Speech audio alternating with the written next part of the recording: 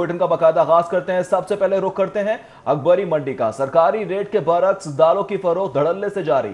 Wholesale ताजरों का दालें महंगी फरोख्त करने का एतराफ। सरकारी नेकनामा 3 माह पुराना है। होलसेलर मोहम्मद अशरफ की जानिब से यह बताया जा रहा है। जबकि होलसेलर मोहम्मद अशरफ का यह कहना है कि 3 माह में कीमतें बढ़ गई। 3 माह में दालें 15 से 20 रुपए किलो बढ़ी हैं। होलसेलर्स की जानिब से ये बताया गया है ज्यादातर दालें 15 से 20 रुपए इजाफी कीमतों पर फरोख्त की जा रही हैं। इसी हवाले से जानते हैं शहजाद खान अब्दाली से। जी शहजाद खान। इससे कबल हमने आपको शहर की ओपन मार्केट के हालात बताए कि शहर की ओपन मार्केट में सरकारी रेट लिस्ट के बरक्स जो दालें हैं वो 15 से 20 रुपए और जो दाल माश है वो 70 रुपए के फ़र्क से फरोख्त की जा रही है। अब हम अकबरी मंडी में पहुंचे हैं और इस वक्त दालों के होलसेल ताजर मोहम्मद अशरफ हमारे साथ मौजूद हैं। उनसे हम इस हवाले से बात कर लेते हैं क्योंकि ओपन मार्केट की जानब से जो जिम्मेदारी है वो अकबरी मंडी पर डाली जा रही है कि यहाँ से महंगे दामों चुके दालें उनको मिल रही हैं, इसलिए ओपन मार्केट के अंदर सरकारी रेट लिस्ट के बरक्स 70 रुपये तक इजाफी कीमतों पर दालों की फरोख्त का अमल जारी है। अशरफ भाई बहुत शुक्रिया सिटी 42 को आपने वक्त दिया। सर ये फरमाइएगा ओपन मार्केट के जो दुकानदार हैं जो किराना वाले हैं वो कहते हैं अकबरी मंडी में रेट बहुत हाई है, इसलिए ओपन मार्केट के अंदर जो परचून का नरकनामा है उस पर अमल दरामद नहीं हो सकता। तो आप होलसेल के नरकनामे पर अमल दरामद क्यों नहीं करते, आप क्यों महंगी दे रहे हैं? बिस्मिल्लाहिर्रहमानिर्रहीम। इस वक्त सूरत हाल ये है कि वो जो भी ताजर आपको कह रहे हैं वो दुरुस्त कह रहे हैं कि अकबरी मंडी में दालें महंगी हैं, क्योंकि दालें अकबरी मंडी में महंगी नहीं, दालें पूरे पाकिस्तान में महंगी हैं। हमारी अपनी दालों की पैदावार बिल्कुल 20 से 25% रह चुकी है। टोटल दालें हम इंपोर्ट कर रहे हैं और इसकी मेन मार्केट जो है वो कराची है। हम कराची से मंगवा रहे हैं। इस वक्त तकरीबन हर दाल में 15 से 20 रुपए किलो इजाफा हो चुका है। बिलखुसूस माश की जो आइटम है उसमें तकरीबन 60 से 70 रुपए किलो इस वक्त इजाफा है, क्योंकि होलसेल मार्केट में इंटरनेशनल मार्केट में इस वक्त जो ज़्यादा परचेजिंग हो रही है वो इंडिया कर रहा है। इसका मतलब जो डिस्ट्रिक्ट गवर्नमेंट आपको रेट लिस्ट दे रही है परचून की और होलसेल की जारी कर रही है वो मंडी में भी रैशनल नहीं है। वो देखिए वो रेट लिस्ट आज से 3 या 4 महीने पहले की है। यहाँ पे मार्केट में तो डेली के रेट्स होते हैं। हम उस रेट लिस्ट को कब तक चला सकते हैं? उसके साथ जब तो इन्होंने इशू की हम तो उस वक्त बिल्कुल उसके ऊपर 100% इम्प्लीमेंट हम कर रहे थे और करवा भी रहे थे, मगर इस वक्त चूँकि पॉसिबल नहीं है, डॉलर का रेट बहुत ऊपर जा चुका है। सूरत हाल बदल गई कि 3 महीने में आप देखें सूरत हाल बहुत चेंज हो चुकी है। डॉलर का रेट इस वक्त बहुत ऊपर है, बहुत ऊपर हो चुका है। आपने गुफ्तगू सुनी जो अकबरी मंडी के होलसेल दालों के मोहम्मद अशरफ है उनका इस हवाले से। ठीक है, महंगाई का तूफान आ गया है। बहुत शुक्रिया शहजाद खान अब्दाली। इसी हवाले से आपको मजीद बताएं कि शहर के यूटिलिटी स्टोर्स पर सूरत हाल ये है कि सस्ती चीनी और दालों की दस्तयाबी नामुमकिन हो चुकी है। अपडेट करते चले आपको शहर के यूटिलिटी स्टोर्स की सूरत हाल के हवाले से। सस्ती चीनी और दालों की दस्तयाबी मुमकिन ना हो सकी। बिल्कुल, सस्ती चीनी भी दस्तयाब नहीं है, दालें भी दस्तयाब नहीं है। शहर में आटे का भी बहरान पैदा होता जा रहा है। शहर के यूटिलिटी स्टोर्स कुछ नहीं है, सस्ती चीनी और दालों की दस्तयाबी मुमकिन नहीं हो सकी है, जबकि शहर के यूटिलिटी स्टोर्स पर सस्ती चीनी और दालें नायाब हो गई है। मजीद जान लेते हैं हसन अली से। हसन बताइएगा क्या कुछ दस्तयाब है? बिल्कुल, एक तरफ तो महंगाई से सताई हुई आवाम जो है वो महंगे दामों मार्केट से चीनी ख़रीदने पर मजबूर है, तो दूसरी तरफ जो आवाम की सहूलत के लिए जो यूटिलिटी स्टोर्स हुकूमत की जानिब से बनाए गए हैं वहाँ पे चीनी और दालें जो हैं वो दस्तयाब नहीं है। सस्ती चीनी और सस्ती दालें आवाम की पहुँच से दूर हो चुकी हैं। इसी वाले से मज़ीद बात करेंगे। यहाँ पे मेरे साथ एक शहरी जो है मौजूद है।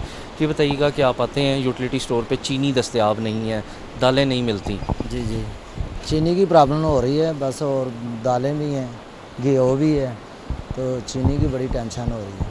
वो तो होनी चाहिए। तो उन्होंने पूछा तो वो कोई सही जवाब ही नहीं दे रहे आगे से। कब आएगी, कल आ जाएगी, परसों आ जाएगी, बताना तो चाहिए ना उन्होंने। तो यही मसला है। मार्केट में चीनी किस हिसाब से मिल रही है? मार्केट तो महंगी है, उधर का 1 किलो का 100 रुपये का रेट है, तो इधर फिर भी मेरा है 60 रुपये किलो का रेट है।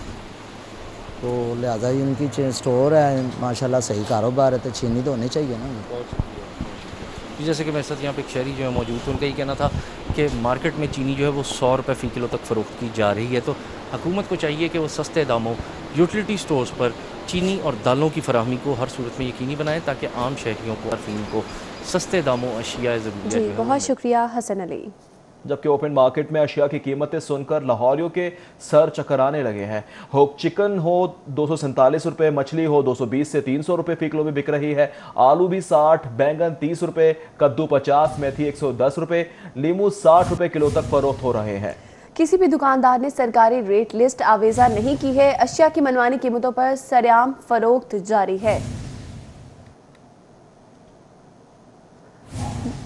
अपडेट करें आपको, ओपन मार्केट में अशिया की कीमतें सुनकर लाहौरियों के सर चकरा गए हैं। सूरत हाल ये है कि चिकन 247, मछली 220 रुपए से 300 रुपए फी किलो में फरोख्त होने लगी है। मजीद जानते हैं नबील मलिक से। जी नबील मलिक। जी, मैं इस वक्त मुल्तान रोड पर सड़क किनारे वाक़े एक ढाबे पर मौजूद हूँ और यहाँ पर इस वक्त जो मेहनत मजदूरी करने वाला तबका है वो अपना दोपहर का खाना खा रहा है। हम उनसे बात करते हैं और उनसे जानते हैं कि महंगाई के इस दौर में ये लोग किस तरह से अपनी मेहनत मजदूरी कर रहे हैं और किस तरह से रोटी खा रहे हैं। अस्सलाम वालेकुम जी। वालेकुम सलाम। आपका नाम क्या है? मोहम्मद सैन। आप क्या काम करते हैं? मेहनत मजदूरी जी। क्या मेहनत मजदूरी करते हैं? सारी दिहाड़ी वदान चलाने दोपहर के टाइम खाना खान तो ही आवाज़ार हो जाना है। एक दिन में कितना पैसे कमा लेते हैं आप? कुछ 800-900 रुपये बनता, वो भी नहीं पूरी पैंती बंदे की। गरीब आदमी के लिए खाना खाना कितना मुश्किल हो गया, ज़रा बताएं। बहुत मुश्किल हो गया जी। यह तब्दीली दे आने दे विच बड़े परेशानी बन गई जी। इसका हल क्या है? इनका हल है भी ये तब्दीली सैट करो, और की हल है? यही करो भी ये जेड़ी हुकूमत ऐसी चली है इन सैटिंग करो बस। पहले आप दोपहर का खाना कितने पैसों में खा लेते थे और आजकल कितने पैसे लगते हैं दोपहर का खाना खाने में? आजकल तो अगले पहले तो ऐसे खाते थे भी 30-40 रुपये रज जाते थे। हूँ जो 100-150 कम हो जाता है। वो 100-150 भी अगर भरना मुश्किल हो जाता है। वजह क्या है? कीमत इतनी ज़्यादा क्यों हो गई है? कीमत महंगाई है, तब्दीली की वजह तो वही है। तब्दीली आवन की वजह तो इतने आवाम दलील हो गई जी। इसका हल क्या देखते हैं आप? हल इंदा है भी तब्दीली वाली हुकूमत की बदली कर दो, यही रस्ता कह सकने भी जी कम सेटिंग करे बस। जी बहुत शुक्रिया बात करने के लिए। नाज़रीन, आपने देखा कि एक गरीब मजदूर जो कि सुबह से निकलता है। नबील रज़ा मलिक हमें तफसीलात से कर रहे थे, बहुत शुक्रिया। हाजिर होंगे इस ब्रेक के बाद। हमारे साथ रहिए। वेलकम बैक नाज़रीन। ब्रेक के बाद आपको बताएं कि LESCO green town sub division के दफ्तर पर सार्फिन का धावा, एसडीओ इब्राहिम को तशद्दुद का निशाना बना दिया गया। तल्ख कलामी में सार्फिन ने एसडीपीओ को थप्पड़ रसीद कर दिया। एसडीओ को तशद्दुद का निशाना बनाया गया। किस तरह से बनाया गया, फुटेज भी मंजर आम पर आ गई है। इस हवाले से मजीद बात करते हैं शायद नदीम सिपरा से। शायद सिपरा, ये वाकया कब और कैसे पेश आया? बिल्कुल, ये लाहौर इलेक्ट्रिक कंपनी की ग्रीन टाउन सब डिवीजन है जिस पर सार्फिन की जानिब से दावा बोला है। जिस तरह सिटी 42 को मसूल होने वाली चीज जो फुटेज है, इसमें देखा जा सकता है कि एसपीओ इब्राहिम मुफ्ती जो है अपने दफ्तर में मौजूद हैं और सार्फिन उनसे बात कर रहे हैं कि अचानक किसी बात पर उनके दरमियान तलब कलामी होती है और हत्ता के जो सार्फिन है वो उनको थप्पड़ मारना शुरू कर देते हैं और उसके बाद उनको ज़दोगोब किया जाता है और उनके कपड़े फाड़ दिए जाते हैं। ज़रा ने ये बताया है कि आने वाले जो सार्फिन है उनका ताल्लुक पाकिस्तान तहरीक इंसाफ से है और कुछ एलटी प्रपोजल यानी कि ऐसे इलाके जहाँ पर बिजली नहीं है वहाँ पर ट्रांसफार्मर लगवा कर बिजली लेना चाहते तो उस दरमियान एसपीओ और उनके दरमियान तलब कलामी हुई। नौबत यहाँ तक पहुँची कि उनको थप्पड़ रसीद किया गया। इस बार एसपीओ मुफ्ती इब्राहिम की मुद्दत में मुकदमा दर्ज किया गया है और पुलिस की जानिब से मुल्ज़िमान को गिरफ्तार भी कर लिया गया। शायद सिपरा, ये बताइएगा ये वाकया आखिर पेश आया क्यों है, वजूहात क्या है? देखें, जो बताया जा रहा है और ज़राए की जानिब से भी बताया गया है कि क्योंकि ये जो सार्फिन है इनका ताल्लुक पाकिस्तान तहरीक इंसाफ से है और इनमें से एक शख्स ऐसा भी है जो अपने आप को एमएनए का कोऑर्डिनेटर भी कहलवाता है और एक ऐसा इलाका है ग्रीन टाउन में जहाँ पर बिजली नहीं है, वहाँ पर एक नया ट्रांसफार्मर रखवा कर सार्फिन को ये कनेक्शन लेकर देना चाहते तो उस बुनियाद पर एसडीओ की जानिब से उनको जवाब दिया गया कि मज़कूरा जो प्रॉपर्टी है या मज़कूरा जो अराज़ी जिस पर कनेक्शन लेने की कोशिश की जा रही है उस पर कनेक्शन नहीं दिया जा सकता। उस पर इनकी तलब कलामी हुई है और तलब कलामी के बाद इनको ज़दोकोब किया गया और थप्पड़ रसीद किए गए। शाहिद सिपरा, मजीद बताइएगा कि एसडीओ की मुद्दत में तशद्दुद करने वालों के खिलाफ मुकदमा है जो कि दर्ज किया गया है, उसके बाद क्या कोई अमली तौर पर कार्रवाई की गई है? जी बिल्कुल, जिस तरह मैंने पहले भी बताया कि जब ये मुकदमा दर्ज हुआ है तो उसके बाद पुलिस की मुतहरिक हुई है और ये एविडेंसेस जो वीडियोज एविडेंसेस हैं ये पुलिस के हवाले किए गए हैं जिसमें वाज़े तौर पर नजर आ रहा है कि एसपीओ को तशद्दुद का निशाना बनाया जा रहा है और थप्पड़ मारे जा रहे हैं। इस पर पुलिस की जानिब से जिनको मुल्ज़िमान को नामजद किया गया है इनको गिरफ्तार भी कर लिया गया है। तमाम आज एसडीएम और तमाम एसडीओ जो हैं वो सुपरिटेंडिंग इंजीनियर जो हैं उनके दफ्तर में पहुंचे थे और उन्होंने एहतजाज रिकॉर्ड करवाया। जी, इस हवाले से मुकदमा भी दर्ज हो चुका है। बहुत शुक्रिया शाहिद सिप्रा।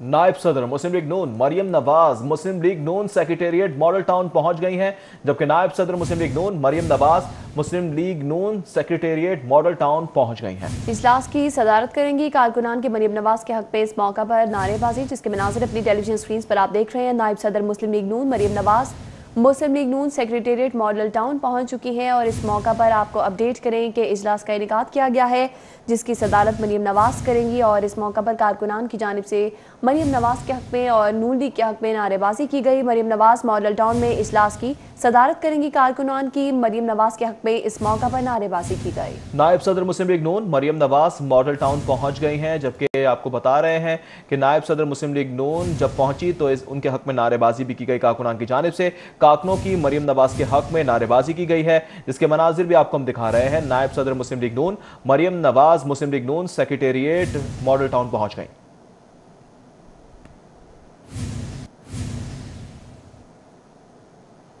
मोटरसाइकिल खड़ी करने से मना क्यों किया? मुश्तइल अफराद ने कान्हा डिग्री कॉलेज बराए खवातीन पर धावा बोल दिया। मुश्तइल अफराद ने चौकीदार को तशद्दुद का निशाना बना डाला। वाक़े की सीसीटीवी फुटेज मंजर आम पर आ गई है। तालिबात खवातीन असातिज़ा के सामने गाली गलोच भी की गई, तशद्दुद होता रहा। कॉलेज प्रिंसिपल की मुद्दत में 15 अफराद के खिलाफ मुकदमा दर्ज कर लिया गया है। 4 अफराद को हिरासत में भी ले लिया गया है, पुलिस की जानिब से यह बताया जा रहा है। जबकि आपको बता रहे मुश्तइल अफराद ने चौकीदार को तशद्दुद का निशाना बनाया। वाक़े की सीसीटीवी फुटेज मंजर आम पर आ चुकी है, जिसमें वाज़ेह तौर पर देखा जा सकता है किस तरह से तशद्दुद का निशाना बनाया गया। वजह क्या? सिर्फ और सिर्फ मोटरसाइकिल खड़ी करने से मना क्यों किया, इस बुनियाद पर तशद्दुद का निशाना बनाया गया। 4 अफराद को हिरासत में ले लिया गया है, पुलिस की जानिब से बताया जा रहा है। मुश्तइल अफराद ने कान्हा डिग्री कॉलेज बराए खवातीन पर धावा बोल दिया। ये फुटेज मंजर-ए-आम पर आ चुकी है, जिसमें देखा जा सकता है कि किस तरह से चौकीदार को तशद्दुद का निशाना बनाया गया है और कॉलेज प्रिंसिपल की मुद्दत में इस वाक़े के हवाले से मुकदमा दर्ज किया गया है। तालिबात खवातीन असातिज़ा के सामने गाली गलोच और तशद्दुद का ये वाक़या पेश आया। मुश्तइल अफराद की जानिब से चौकीदार को तशद्दुद का निशाना बनाया गया है और वाक़े की सीसीटीवी फुटेज है जो कि मंजर-ए-आम पर आ चुकी है। तालिबात खवातीन असातिज़ा के सामने गाली गलोच होती रही, तशद्दुद का निशाना बनाता जाया रहा। कॉलेज प्रिंसिपल की मुद्दत में 15 अफराद ऐसे हैं जिनके खिलाफ ये मुकदमा दर्ज किया गया है और इस हवाले से पुलिस राय का ये बताना है कि 4 अफराद ऐसे हैं जिन्हें हिरासत में ले लिया गया है। ये फुटेज है जो कि मंजर-ए-आम पर आ चुकी है। इस तमाम सूरत हाल के हवाले से जानते हैं फहद भट्टी से। फहद भट्टी, बताइएगा। जी बिल्कुल, कान्हा के इलाके में डिग्री कॉलेज बराए खवातीन के बाहर मुल्जमान ने जो है वो मोटरसाइकिल खड़ी की, जिस पर डिग्री कॉलेज के गार्ड ने उसको मोटरसाइकिल खड़ी करने से मना किया। तो जो मुल्जमान जिन्होंने मोटरसाइकिल खड़ी की थी डिग्री कॉलेज के बाहर, उन्होंने गार्ड पर तशद्दुद करना शुरू कर दिया। गार्ड ने अपनी जान बचाने के लिए जो है वो डिग्री कॉलेज के अंदर दौड़ लगा दी, मगर उसके बाकी साथियों ने डिग्री कॉलेज के अंदर आकर जो उसके साथी गार्ड थे उनको भी तशद्दुद का निशाना बनाया, जिसकी वजह से कॉलेज के अंदर भी खौफो हिरास फैल गया। जो कॉलेज की प्रिंसिपल है उनकी जानिब से मुतलका थाने में मुल्जमान के खिलाफ दरखास्त दी गई, जिस पर पुलिस ने मुकदमा दर्ज करके 4 मुल्जमान को हिरासत में ले लिया है, जिस पर पुलिस का कहना था कि बाकी जो मुल्जमान हैं उनकी तलाश के लिए भी छापे मारे जा रहे हैं, उनको भी जल्द गिरफ्तार कर लिया जाएगा। जी बहुत शुक्रिया फहद भट्टी, तमाम सूरत हाल के हवाले से तफसीली तौर पर अपडेट करने के लिए। लाहौर से आलकोट मोटरवे ज्यादती केस के गिरफ्तार मुलजिम आबिद मलिक को शनाख्त परेड के लिए 14 दिन के लिए जुडिशल रिमांड पर जेल भिजवा दिया गया। दूसरे मुलजिम शफकत अली को 28 अक्टूबर तक जिस्मानी रिमांड पर पुलिस की तहवील में दे दिया गया है। सियालकोट मोटरवे ज्यादती केस मरकजी मुलजिम शनाख्त परेड के लिए जेल मुंतकिल किया गया। शरीक मुलजिम शफकत का 28 अक्टूबर तक जिस्मानी रिमांड दे दिया गया है, जबकि मुलजिम आबिद मलिक को गिरफ्तारी के बाद इंसदाद दहशतगर्दी की अदालत में पेश किया गया। CIA टीम ने मुलजिम की गिरफ्तारी के बारे में इब्तदाई रिपोर्ट है जो कि अदालत में जमा करवाई। अदालत ने शनाख्त परेड के हवाले से मुलजिम का 14 रोज तक जुडिशल रिमांड मंजूर कर लिया है। केस के दूसरे मुलजिम शफकत अली को पुलिस पहले ही गिरफ्तार कर चुकी है, जिसको अदालत ने आज 28 अक्टूबर तक जिस्मानी रिमांड पर पुलिस के हवाले कर दिया है। वज़ीर पंजाब ने मुलजिम आबिद मलिक को गिरफ्तार करने वाली CIA की टीम के लिए 50 लाख रुपए नकद इनाम देने का भी ऐलान किया। मुलजिम को शनाख्त परेड मुकम्मल होने के बाद दोबारा अदालत में पेश किया जाएगा।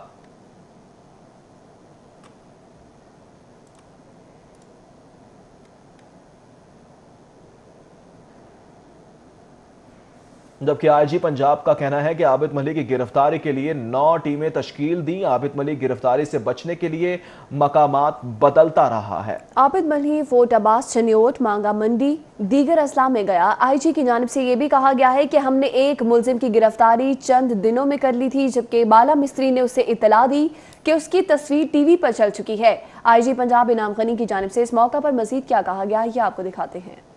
ये गया अपने घर, उसके बाद इसको जो दूसरा इसके साथ मुलजिम था, एक जो इसके साथ नहीं जा पाया था, बाला, इकबाल बाला जो था, उसने इसको इत्तला दे दी थी कि तुम्हारी तस्वीर टीवी पे और नेट पे सारे पे चल रही है। तो उसके बाद वो वहाँ से निकला है और ये मुसलसल फिरता रहा है। ये मांगा मंडी भी गया है, ये फोर्ट अब्बास भी गया है, ये फैसलाबाद फिर वापस आया है, फैसलाबाद से ये चिन्योट चला गया। चिन्योट में ये बड़े अरसे अंडरग्राउंड रहा। एक बंदे के पास, अब्बास नामी बंदा है, उसके पास मजदूरी करता रहा, भैंसों को चारा शारा डालता रहा, वहाँ पे ये बड़े अरसे रहा। फिर ये फैसलाबाद वापस आया और फैसलाबाद आके इसने अपने साले के घर से उसका फ़ोन उठा के अपने घर वालों को कॉल की, बाप को। उससे ये हमें ट्रेस हुआ कि ये दोबारा सरफेस किया और इसी का हम इंतज़ार कर रहे थे। फैसलाबाद में ट्रेस हुआ, वहाँ हमने अपने GSM लोकेटर्स भेजे, लेकिन इसने वहाँ फ़ोन फेंक दिया और इसने फिर ये अपने बाप के पास गया, बिकॉज इसको पता चल गया था कि पुलिस ने बाप को छोड़ दिया और बीवी को भी। सो ये बीवी से मिलने गया था।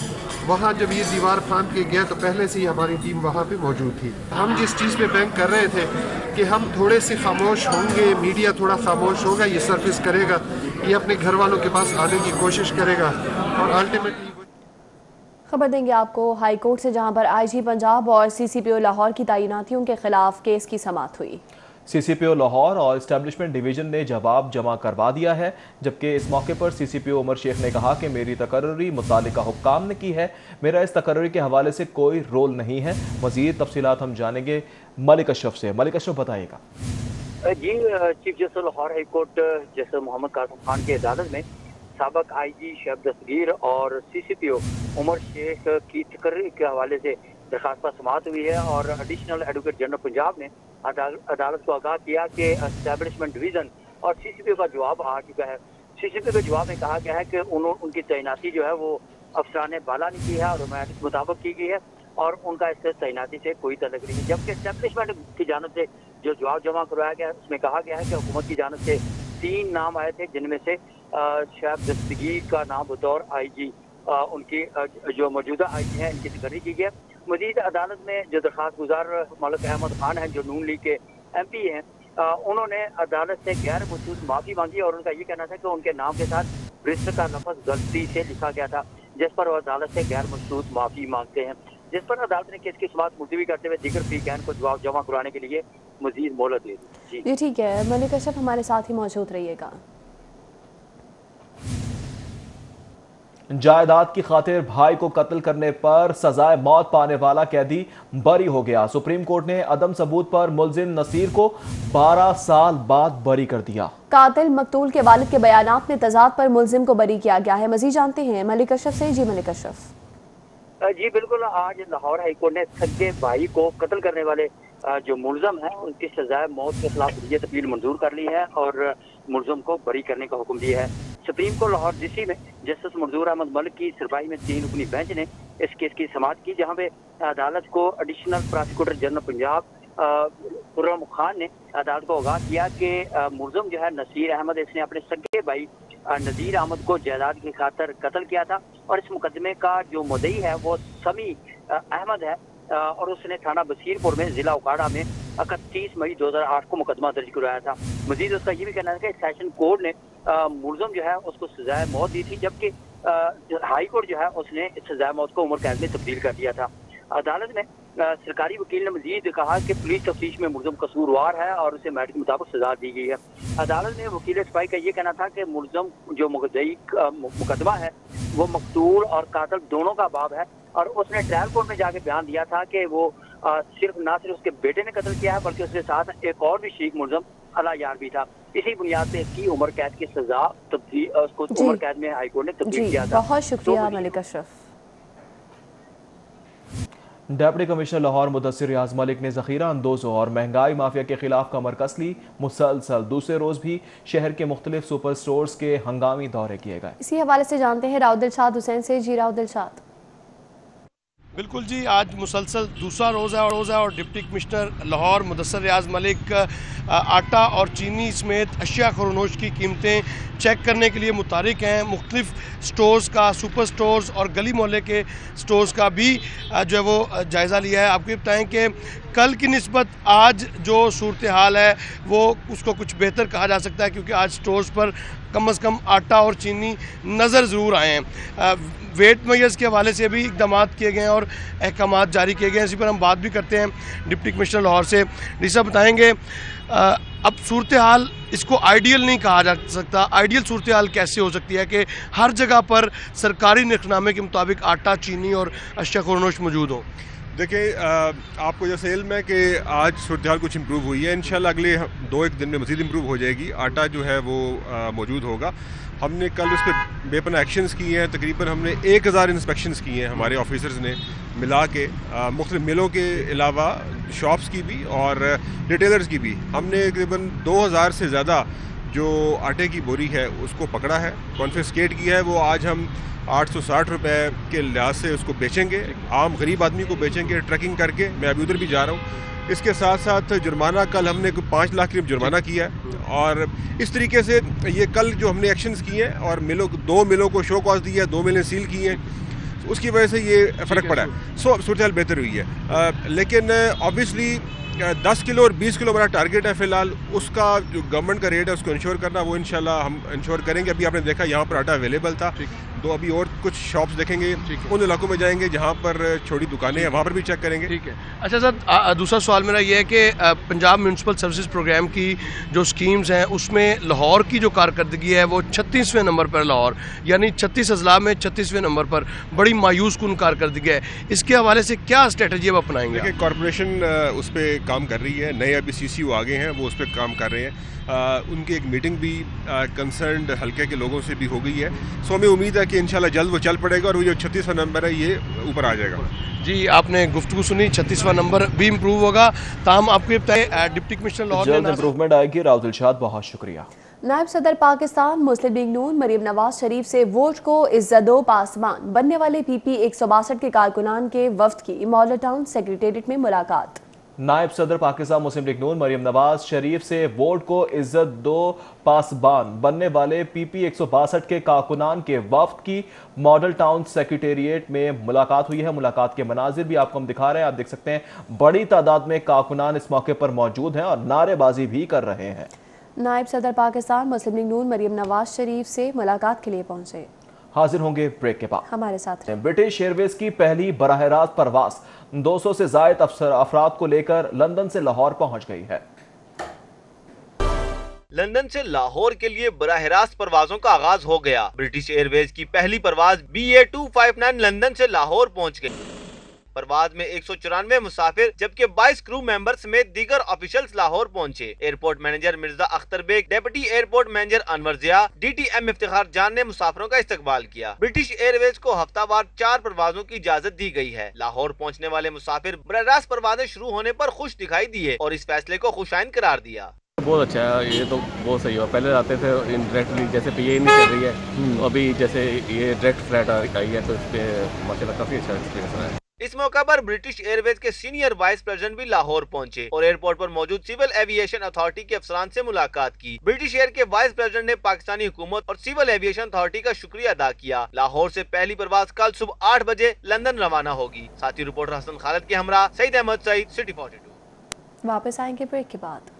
अभी आपको बताएं कि PCB ने पाक जिम्बाब्वे सीरीज के औकात-ए-कार जारी कर दिए हैं और सीरीज के वनडे और T20 मैचेस को जल्द शुरू करने का फैसला किया गया है। बिल्कुल, औकात-ए-कार में तब्दीली का फैसला मौसम की सूरत हाल के पेशे नजर किया गया है। रावलपिंडी में तीनों दिन डे मैचेस दोपहर 12 बजे शुरू हो जाएंगे, जबकि लाहौर में स्केड्यूल तीनों मैचेस दोपहर 3:30 बजे शुरू होंगे। औकात-ए-कार तब्दीली का फैसला मुमकिना स्मॉग और शबनम के सबब किया गया है। वनडे मैचेस 30 अक्टूबर, 1 और 3 नवंबर को पिंडी स्टेडियम में होंगे, जबकि T20 मैचेस 7, 8 और 10 नवंबर को लाहौर में ही खेले जाएंगे। जी बिल्कुल, इस हवाले से पीसीबी ने बाकायदा औकात-ए-कार है जो कि जारी कर दिए हैं और तमाम तर सूरत हाल के पेश नज़र औकात-ए-कार जारी किए गए। इसके साथ ही न्यूज़ स्टूडियो से अब तक के लिए